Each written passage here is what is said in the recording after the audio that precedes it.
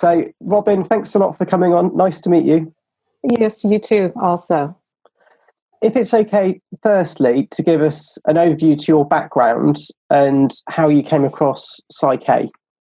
Absolutely. So it was 1994 when I was introduced to both PSYCH-K and PER-K, which we'll talk about the difference later.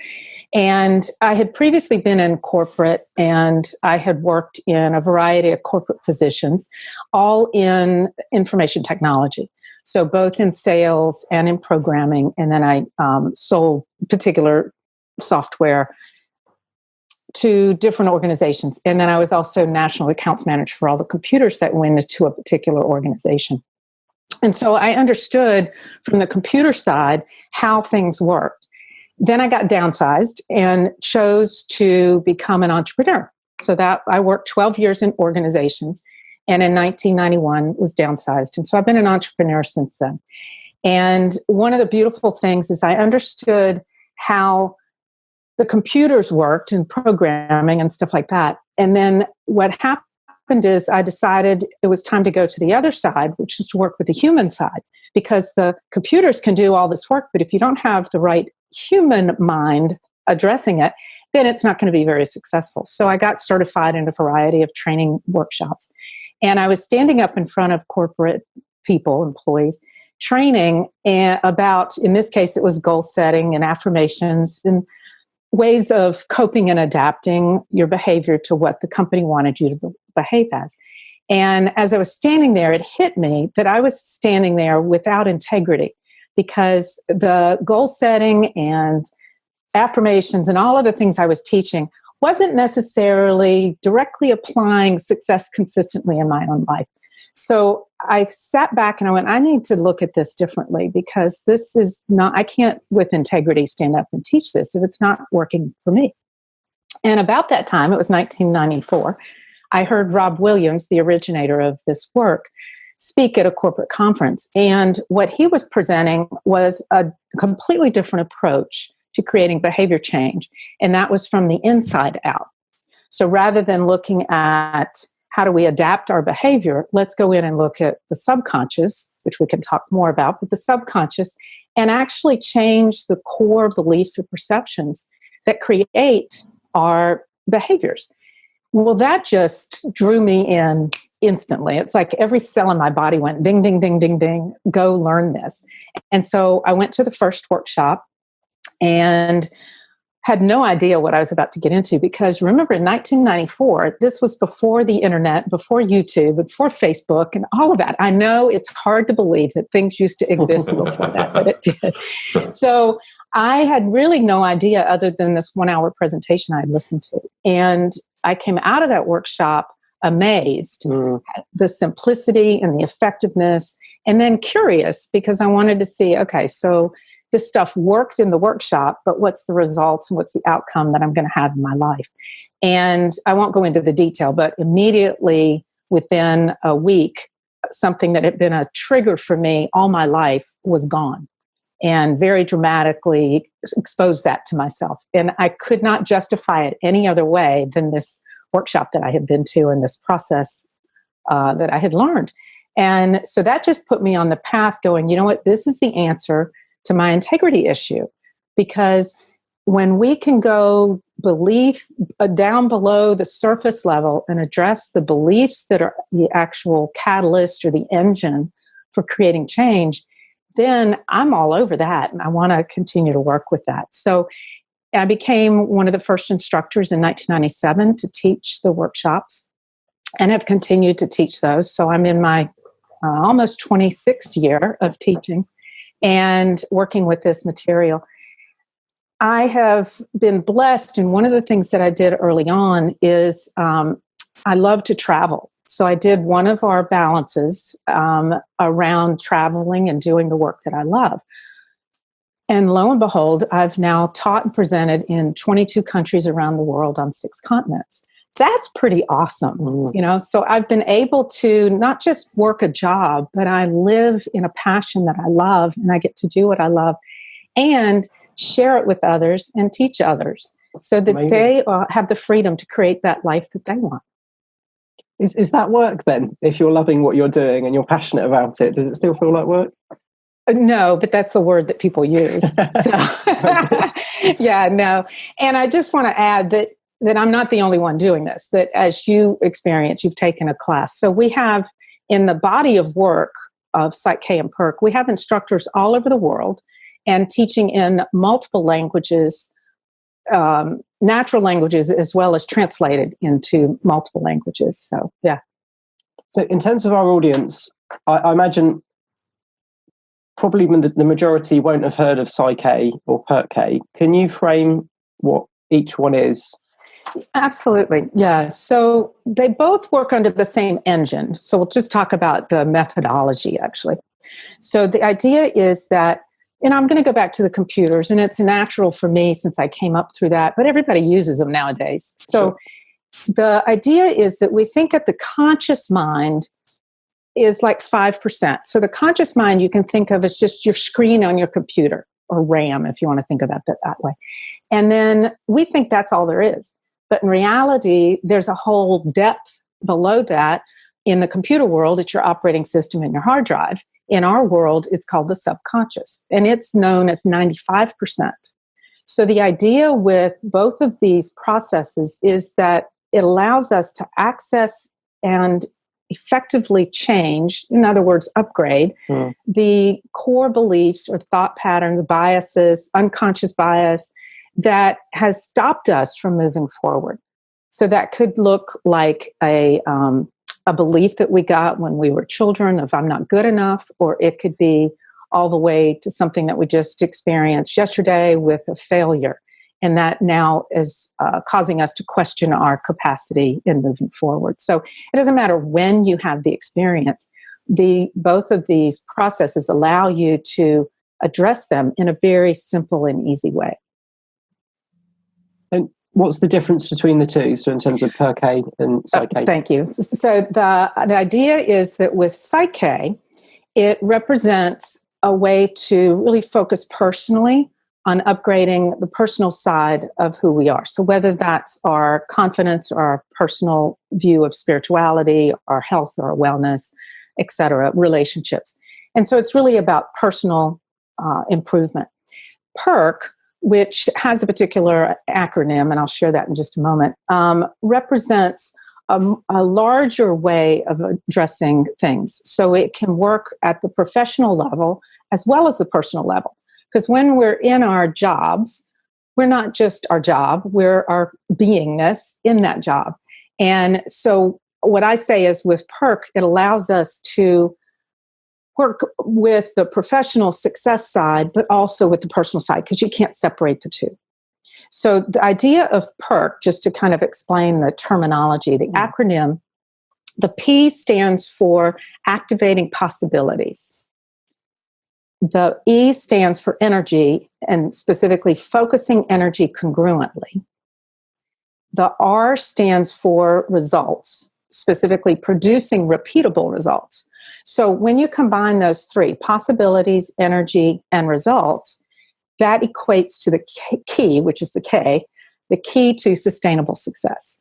And that's really what we're all looking for, is we're looking to be able to achieve something, whether that's in our business, professional life, or in our personal life with relationships. It doesn't matter. We're all looking to achieve something, but we don't just want it for a moment. We want it ongoing. And that's our definition of sustainable success. So how does it practically work when you're working with an organization from the PER-K side? Well, so there's a couple different options. We can either do private sessions, one-on-one with people, and that way you can identify specifically in a safe environment what's going on with that individual. And then we go through a process of identifying what the current belief is and then shifting it to what they want instead. And as an example, I worked with a division leader who was micromanaging his employees, and they weren't getting their projects completed on time and effectively. And so I took him to the side and we did a private conversation. And in the conversation, he admitted that he was didn't trust that they were going to complete the task in the right way on the right time.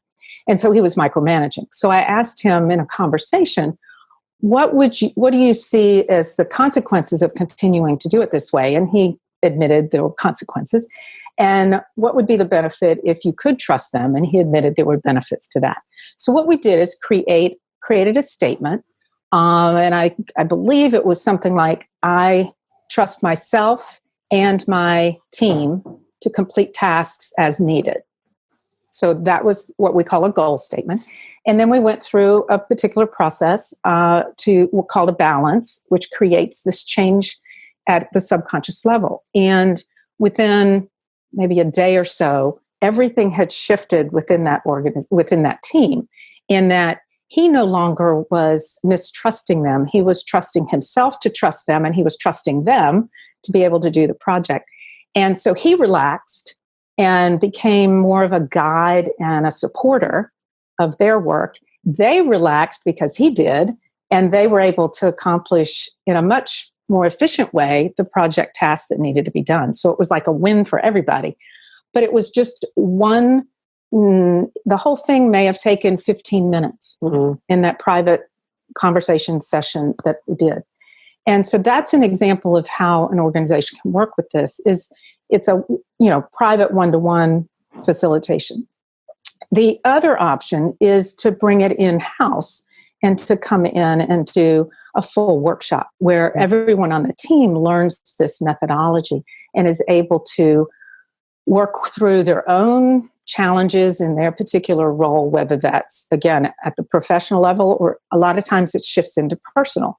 So what are some of the challenges that you're experiencing? And it might be a frustration with too many, multitasking too much at home, and that takes too much energy so that they can't bring it to work. Well, then we work through that in the workshop. What's beautiful about the workshops is that once they leave, they still have the methodology, so they can continue to work with each other, and especially with themselves privately, as well as take it home and work with their family. So it's really provides the freedom to continue to improve and evolve, both professionally and personally. So it's a couple different ways that it can be worked through. Have you got any other case studies that really stand out in your mind when you've been working with corporations who have adopted PER-K, so the before and the results afterwards? Yeah, so I have anecdotal. I don't have any specific, ones that have been measured and shown, and I would love to do that.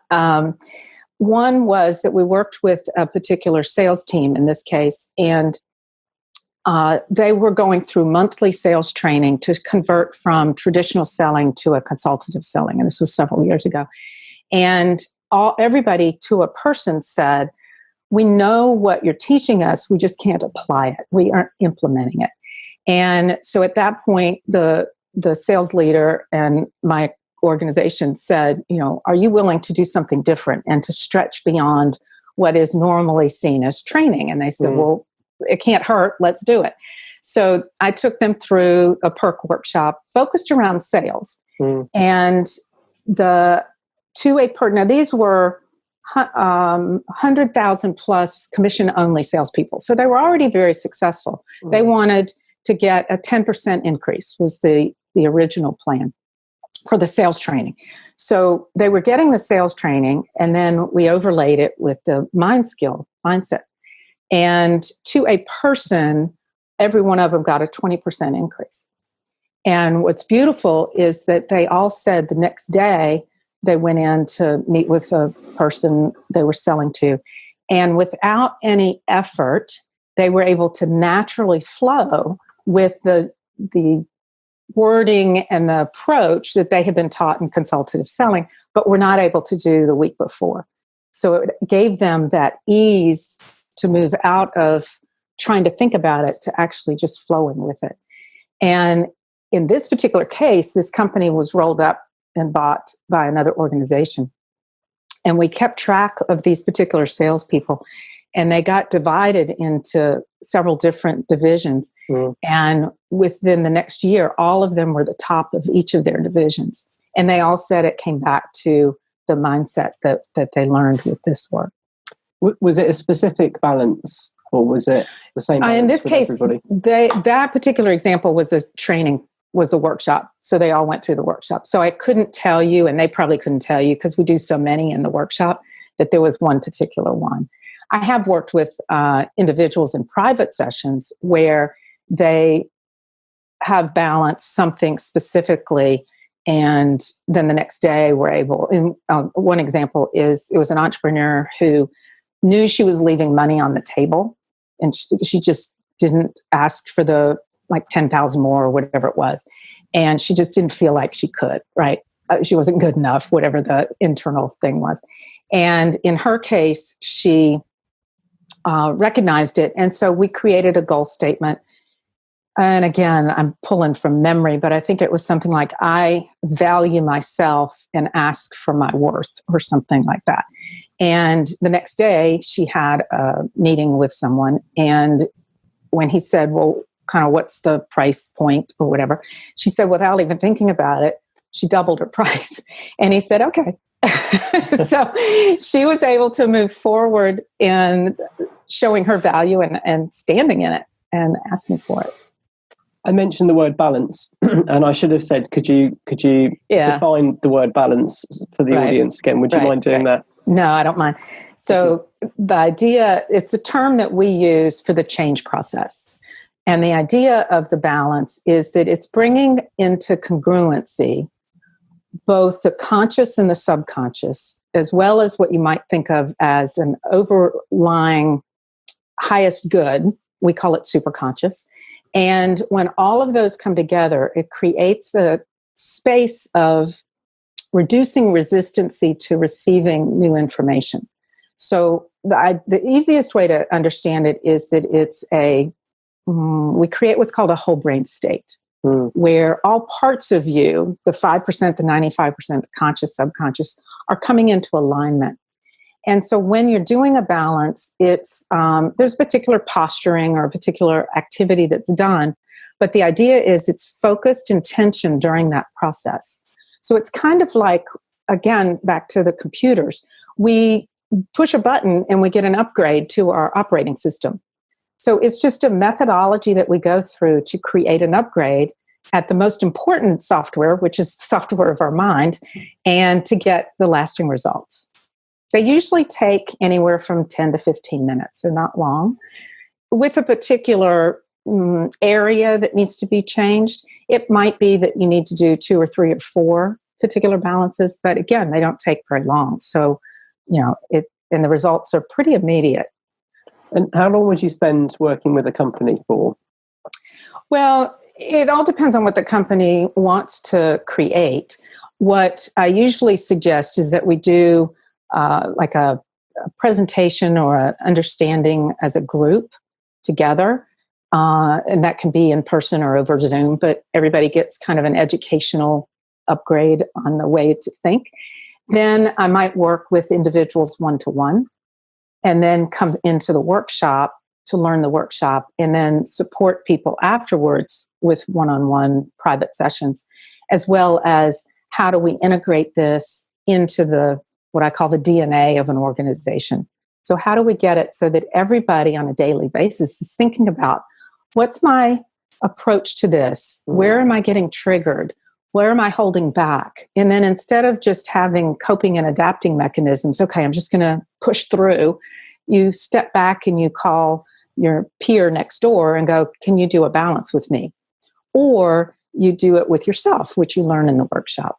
So it could be anywhere from a 3-month process to a 6-month process. The workshop itself is a 3-day workshop, but I would not suggest just doing that, because then it becomes like an event and you forget. So it really should be a package that really addresses what that particular organization is wanting to resolve. Are there any trigger points that you found with people approaching you, either individuals or companies, where they know something's not quite right from how they operate, in terms of they know it's their subconscious that's driving something, but they've become more aware of some of their triggers? Do you see a pattern in terms of the people that approach you or the companies that approach you? Well, it's what's exciting over the last few years is the quantity of people who are becoming aware and recognizing that there is new ways of doing it, or they may not know how, but they know there's got to be a better way. And that's kind of how I got involved with this. I knew there had to be some way to address this. And so, to say there's a pattern, I don't know that I could identify that. What I would say is most of the time, individuals recognize that they keep hitting their head against the wall and not moving forward, and they keep trying different things and things are not working. And so they're searching, and there's almost like a little voice in their head that says there's got to be a way. Keep looking, keep looking, keep looking. And so they end up connecting and somehow finding out about this particular methodology and connecting with someone somewhere in the world to do the work. And with organizations, often what I think happens with an organization is that, it's known that billions each year are spent on training and development. And the next year, billions are spent on training and development. And the reason is because they're looking for a result. They're looking for behavior change or whatever it is. Most, not all, but most training and development is focused really just at the conscious mind, at coping and adapting, awareness. Well, we can be aware of a lot of things, but awareness doesn't necessarily change our behavior. And coping and adapting mechanisms work for about, 5 minutes maybe, when and if we remember to use them. And with this work, what companies are able to get is we're not necessarily going to teach skill set. I mean, there is a mind management skill set that you're learning, but it's not about how to be a better salesperson or how to have the emotional intelligence or whatever the initiative might be that the organization is working with. This is more about how to create implementation of those skill sets that you've paid a lot of money for. So companies that are realizing they're not getting the results they want, they're looking for something.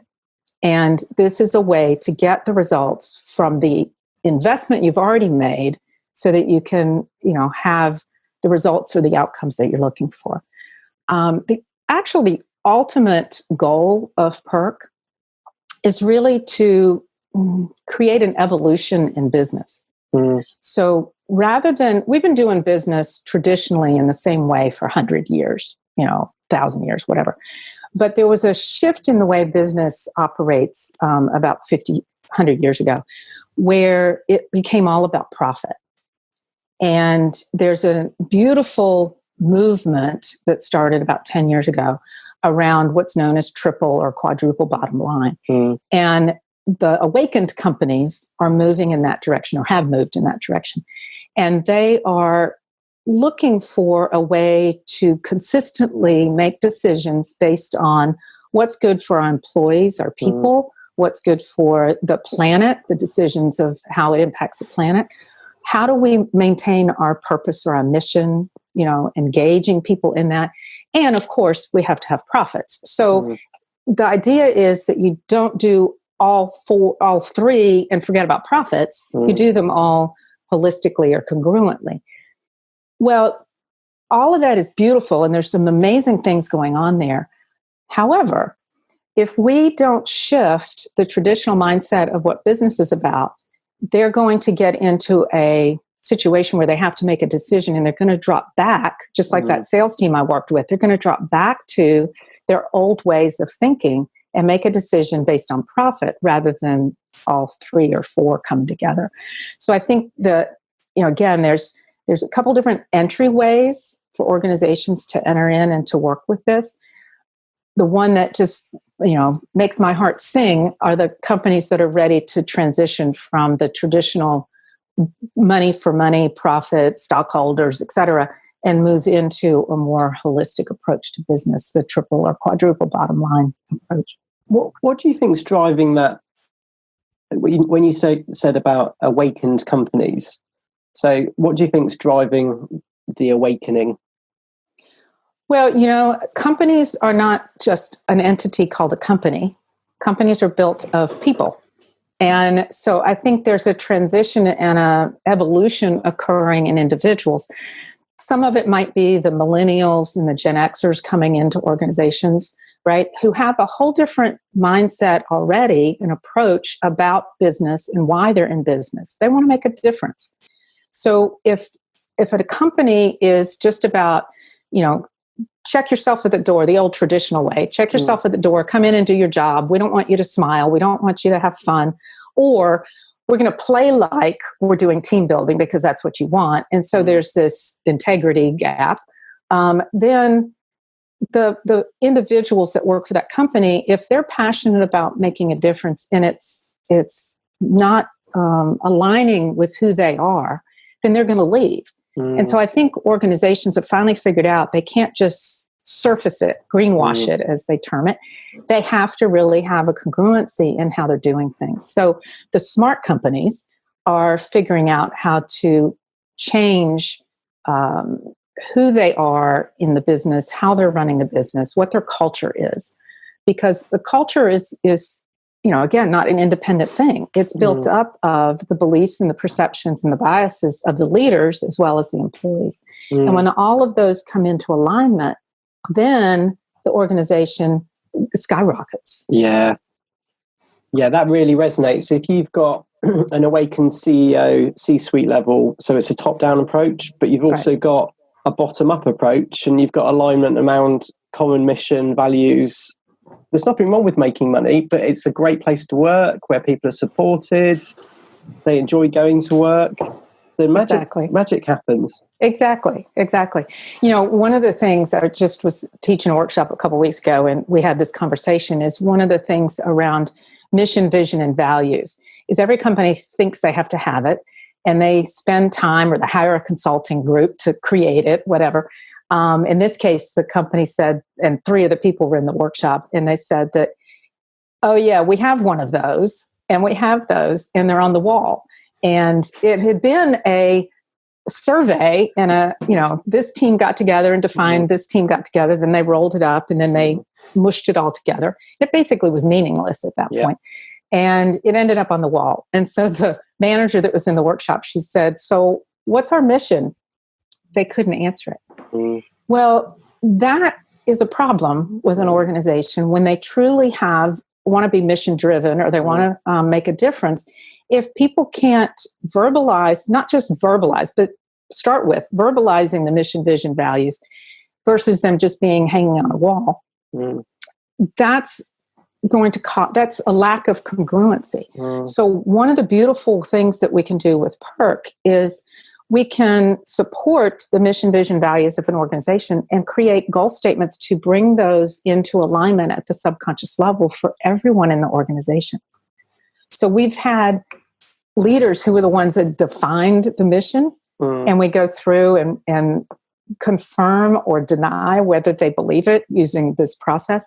And I'd say 90% of the time, they don't believe their own mission at the subconscious level. That's huge. So we bring them through what we talked about a few minutes ago, a balance to align it. And then they're able now to make a decision based on what's the real mission of our company, rather than what their bias is for making money. What's the mission of our company, or whatever the congruency might be. Do you find going through that process with a CEO or an entrepreneur that they reflect and look at the values, and they might end up being rewritten to something that does resonate and is true? Absolutely. Yeah, I had one group in one of the workshops that we got to that part, and I said, so let's put your vision, mission, and values up, or mission actually is all we did.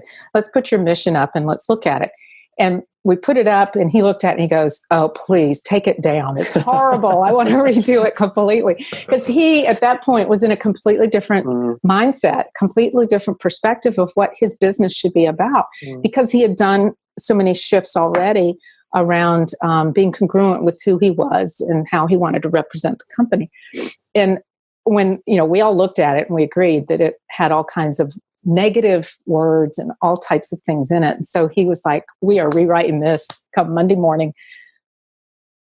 I was wondering, Robin, whether you could give us a few examples more from a personal point of view, how PER-K has helped individuals get over some of their limiting beliefs. Maybe just some practical examples would be very useful. Sure, sure.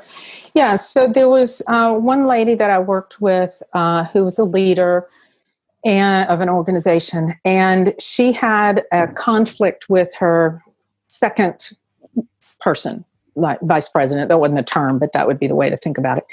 And they just didn't see eye to eye. And so we were doing private session, and we talked about how she would rather experience her relationship with, let's say, Susan. And she said, well, I want us to respect each other. So that was the statement that we did, is I respect Susan. Or I respect Susan is what we did. And we went through this 10-minute process called a balance. And we did something else around I respect myself was the other side of it. So often when we look at how we want to relate to somebody else, it's important to think about how we want to relate to ourselves too. So we always tend to, a lot of people focus externally, but they forget about, it's a mirror back to themselves. So she wanted to have Susan respect her, was what it was. I respect Susan, Susan respects me. And I said, you know what, there's a third place, position here. And it's, do you respect yourself as a leader? Well, she didn't. She'd been a leader all over the world for 30 years, but she didn't actually respect herself as a leader. So we balanced those three. And the next day she walked into the office, and she said there was like this energy shift in the space that just, there was no conflict. It was like the static had gone away. And then Susan said good morning, which she hadn't done in a while. And they just continued and, had a beautiful experience of being supportive of each other and respecting each other. So, yeah, that was one that was just a lovely example. That's great. Yeah. There was, the other side is there was a lady that I was working with who, and it's more personal, but it also has an impact in business, in that she had a terrifying fear of heights. And so in the workshop, she balanced her fear of heights, which took surprisingly about 10 minutes. And she happened to be in a city that had a glass elevator that was 28 stories high. So I challenged her and I said, one of the things that we invite people to do at the end of a session is to take an action, some conscious choice of physical action to support what they changed at the mindset level. Yeah, so after we completed the workshop, I invited her to consider going up this 28-story glass elevator. And she said, okay, I'll go.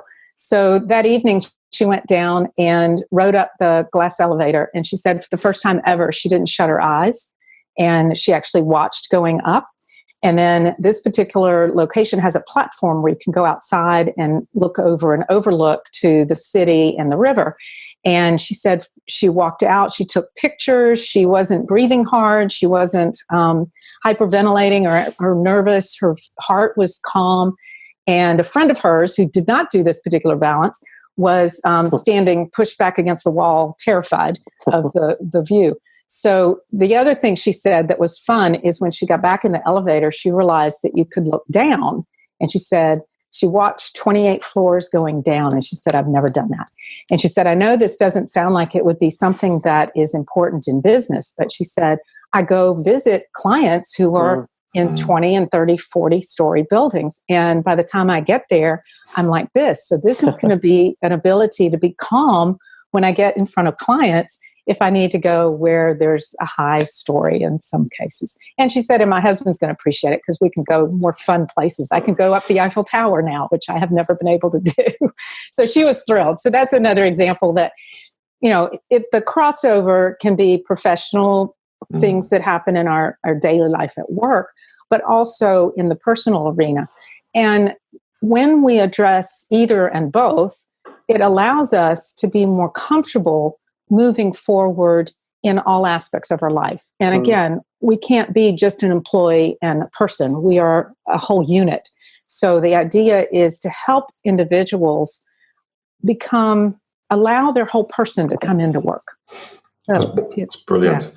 Yeah, I completely agree. I think it's very difficult now to separate our personal lives from our professional lives, and they become so intertwined these days. When you were telling me about that story, a question that jumped into my mind was something around. Ben and I have spoken extensively around things like stress and the impact that stress has, and we all know that sort of stress builds up from our personal and professional lives and then can, hit a breaking point in some circumstances. Right. I do see quite a few clients who I'd say have some kind of dependency, maybe verging on addiction, but certainly dependent on substances or food or sugar. Are there any success stories with PER-K around addictions? There are, and let me just do one slight edit. So the term has a dash in it, so it's easy to pronounce it PER-K, but we really invite people to call it in one word, like perk. So yeah, like in business, we have extra perks that we can have.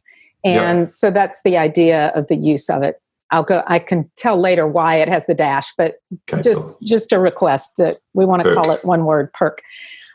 So yeah, I agree with you that the stress can show up in a lot of different ways, and people end up self-correcting, covering it up in a variety of ways, whether that's through pain pills or through alcohol or drugs or whatever it might be. And one of the beautiful things that I think is spectacular that's been going on over the last few years is the opening of meditation and yoga that's going on within organizations. And so I think that's a beautiful approach to help people in a moment practice it through the workshops that are offered there. But then they have that capacity in that moment to I'm trying to see if we locked up again. Are you guys there? All right. Still here, yeah. Okay. All right. Okay. So in the moment, what yoga and meditation allows is to just stop and breathe and release that stress. So where PER-K comes into play is that rather than having the trigger that causes the stress, let's go discover what that trigger is and resolve it at the subconscious level. So you don't have that trigger anymore. So as an example, for myself, my trigger that I mentioned earlier in the conversation was around an anger trigger. So if somebody did something that I was not happy with, I had this immediate anger that would come out, usually not in words, but in tears. Well, when you working in a Fortune 1000 company reporting to a VP, not real good to get angry and cry. So it wasn't very beneficial for me, and it didn't make me feel very good. It was a shameful process for me. And one of the benefits very early on of working with this work and doing some balances is that anger trigger is completely gone. It's doesn't exist anymore. And so that's one that could happen for some people. Another would be just the anxiety of coming to work every day. Or it's Sunday night and they start to build up this anxiety around going to work. So that can be easily addressed with this work. The more serious, complex ones are when someone is using alcohol or drugs or sugar or something like that to cope with. And again, we can, through this work, do some private conversation, and explore perhaps what the benefit is for covering it up and what, we call it a secondary gain. So what's the benefit or secondary gain from that particular behavior, and why are you doing it? And what's the consequence if you don't? What's the benefit if you do? And then we can identify what belief or goal statement to set up so that at the subconscious level, we give the subconscious this goal statement. And it doesn't necessarily just address one belief. It addresses perhaps 100 or 1,000 when we go in to do the balance. And an example is that I worked with one gentleman who used the infamous marijuana, whatever name you want to give it, on a regular basis. And in some organizations in the States, I don't know about other countries, but it's now becoming acceptable in that state. And so it's becoming a problem for companies to make sure that their employees are not stoned. they have focus. And so this particular gentleman he had been written up several times, and he agreed that it had become a problem. So they sent him to me to do some work. And of course, you always want to make sure the person is open and willing to do this. And so he was, and he said it had become beyond what he could handle, and he knew that it was not good. And so we just explored what was going on and when it started and sort of just the story around it. And in just a few moments, it came out that it was really that he was angry with his father. Mm. How that related to business, it all just became his way of dealing. And so we did probably a statement around, I forgive my father, I forgive myself, those kinds of statements. And he quit cold turkey the next day because he didn't need that coping mechanism to deal. He had dealt with the anger that was causing it. So, and I want to just say that it doesn't always happen the next day. You don't always see the impact the next day. Sometimes it's immediate. Sometimes it's a day. Sometimes it's a couple weeks later. But there's always some level of impact that occurs. Final few questions.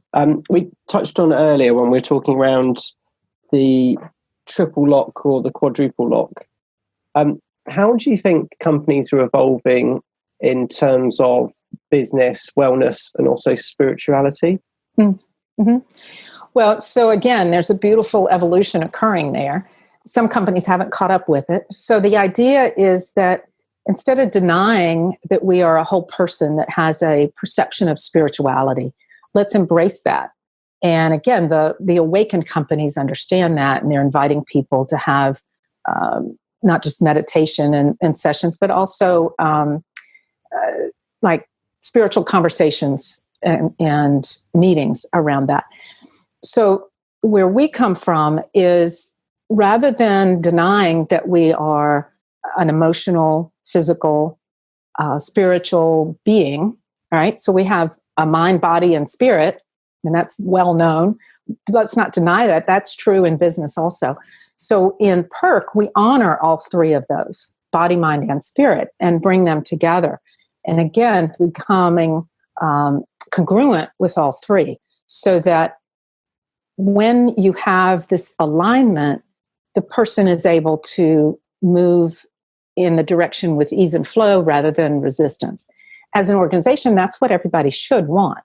Mm. They should want their employees to be the best they can be in whatever way they define that. So rather than, separating spirituality and saying, well, we can't talk about that, invite the whole person to be there.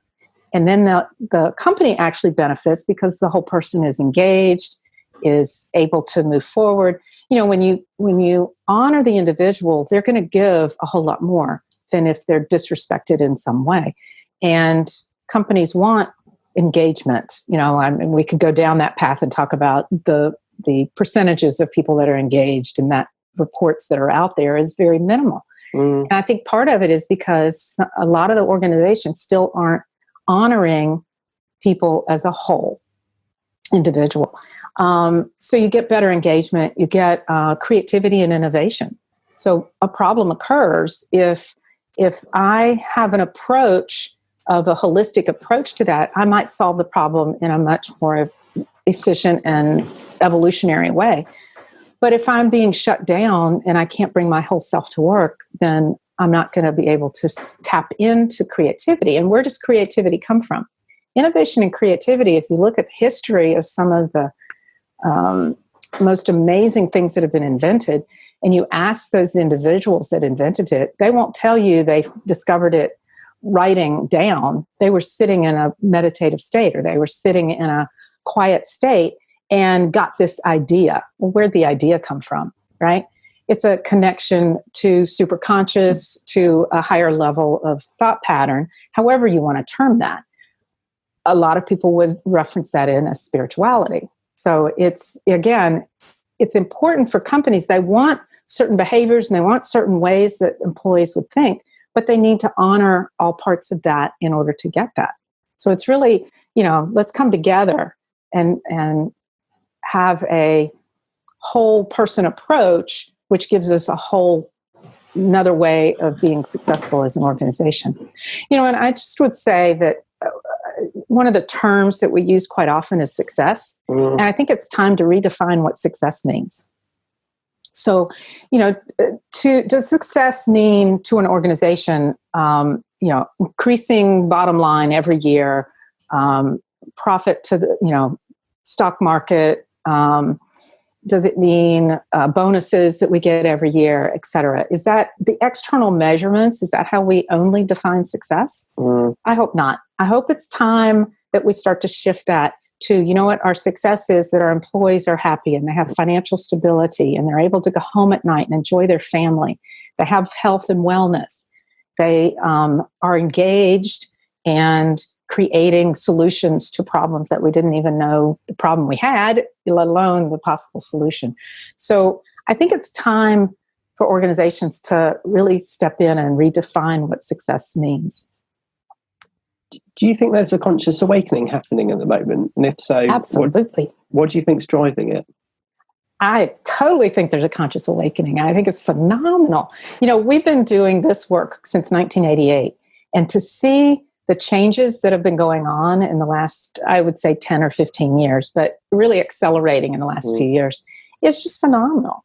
And, again, why it's happening, I don't have a definitive answer to that, but I think that there's this shift in not just the employees coming in, like the new people coming in, the millennials and the Gen Xers that are changing the way people think, but also the boomers, on the other end of the scale, which a lot of times are the executives at this point.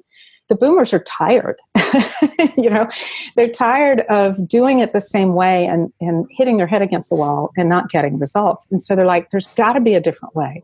So going back to what we talked about in the previous conversation is everybody seems to be, the ones that are awakening, seem to be ready to do it differently. And that's really what PER-K brings, is it's not the same thing. It's a way of doing things differently. It's a way of approaching things and getting lasting results as we do that.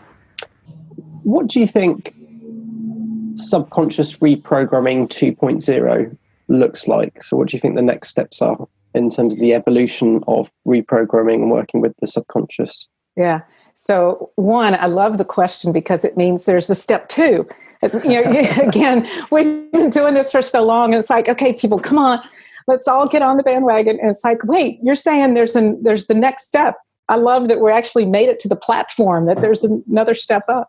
The idea, I think the next step, multiple thoughts, is one is how do we get everybody on board so that we have this integrated into the daily activities, just like we brush our teeth. How do we allow people to integrate a behavior, or not just behavior, but integrate a methodology of shifting their behaviors? If they see something, how are they able on their own to shift that? Which again is what we allow people to learn and to get when they take PER-K, is let this become part of their daily activity. So instead of, oh, you're acting out and pointing fingers and shaming somebody or sending them to HR, what if we say, you know what, that seems to be a struggle for you. Let's go shift that. Or would you like to go, have a little moment and do a balance around that? So the idea for me would be, the next level would be to integrate it into daily activities. The other thought around that is, one of the beautiful things that's been uplifting over the last couple of years is the recognition that, as far as our planet, it's time to think of her differently, to think of Gaia or planet Earth as different. And there's several, I read a lot, as you guys probably do, and listen to podcasts and read articles and stuff, and listen to presentations. So there's a lot of conversation, at least that I see coming across, talking about honoring nature and bringing the principles of nature into business. And we started working with that in the workshops in 2012, in that we have a area that we work with called the Principles of Nature. And it's an invitation to align with these 11 principles that Rob elicited from his brilliance that he has of what if we looked at nature and said, she's been around for millions and billions of years and has been pretty successful until humans got involved. And then we tend to do things that doesn't allow her to continue her evolution or adaptation. And so what's fascinating is we talk about leadership, and you can look at books, and there's the resilient leader, there's the adaptable leader, there's diversity that we want, there's, you name it, collaboration. All of those are principles of nature. And so we would invite people to start to look at how can an organization, along with triple bottom, quadruple bottom line, whatever term you want to use, honor the principles of nature within their organization, so that at an individual level, when I step up to work with you, I work with you in a collaborative way rather than in competition. There's a traditional viewpoint of competition that's what we need, dog eat dog, win-win. If you win, I lose, which is not true. And it's never been true in nature. It was misunderstood. Darwinian theory was misunderstood or misstated, and then he corrected it later, but it was already out there and hard to pull it back. And so the idea is that rather, the original definition of competition was to help each other be better. Not you win, I lose, but how can we find, if I was a competitive swimmer, so when we were competing, there was 2 levels of competition. One was against myself to best my own time. And the other was, if you swam faster than me, that helped me go even faster. So that you may have won, but I got a best time also. So that's the idea of collaboration instead of competition, is let's work with each other, support each other to be the best we can be. Well, and I could go on about this, but that's an example of the principles of nature, which in my viewpoint, in our viewpoint, under the PER-K arena, that's really what I would say is the next level of integrating. What could make the biggest difference on the planet is to integrate the principles of nature within our own lives and within, again, the corporation, how it makes decisions. It's beautiful. Very good. Love it. Is there anything that you'd like to plug, Robin? I would love to invite people to explore this work. They can look at a couple websites. PER-K.com, PER-K.com is the main website. And you can see a variety of workshops that are being presented. And then I teach, and right now I've got a couple workshops scheduled in 2020. So they're welcome to look for those. I've got some information, some resources on my website, which is inner, INNER, active, ACTIVE, mindset.com. And there's, a variety of text education and resources, such as videos of presentations that I've done, as well as some articles. So I would invite people to explore this a little bit further. They're welcome to give me a call or email me. I love to talk to people and see how this could fit, whether it's within a private session or looking at what would be a benefit to the organization and how to frame out a project for them to integrate this into their team or into their organization. And what are your top 3 tips for our audience, for executives, in terms of how they can upgrade their personal and professional performance? First, I would say become observant. So observe yourself and how the words that you use or the behaviors that you have are impacting others. So instead of just being like a train or a truck barreling through, take a moment, say what you want to say, and then be observant of what the response is. And once you become observant, you can become aware of, that didn't land very well. What can I do about that? So then take action.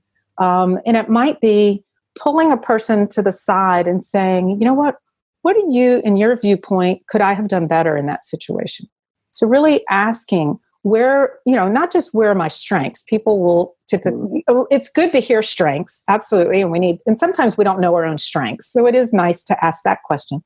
But both at home and at work, ask people, what do you see my strengths are? Where do you see that I might fall down, or where might I improve? And then the third one would be to take action and to ask for help.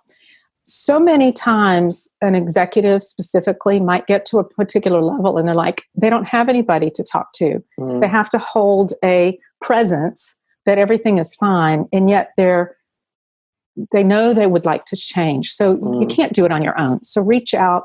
You guys have great offerings to support people. We can help. The idea would be to reach out to somebody and get some help to shift the awareness that you now have into new beliefs so that you can have new behaviors in an easy and effective way. And of course, my preference would be PER-K, or as you have experienced, PSYCH-K. Then, it's so phenomenally simple and effective. It's not months and months of work.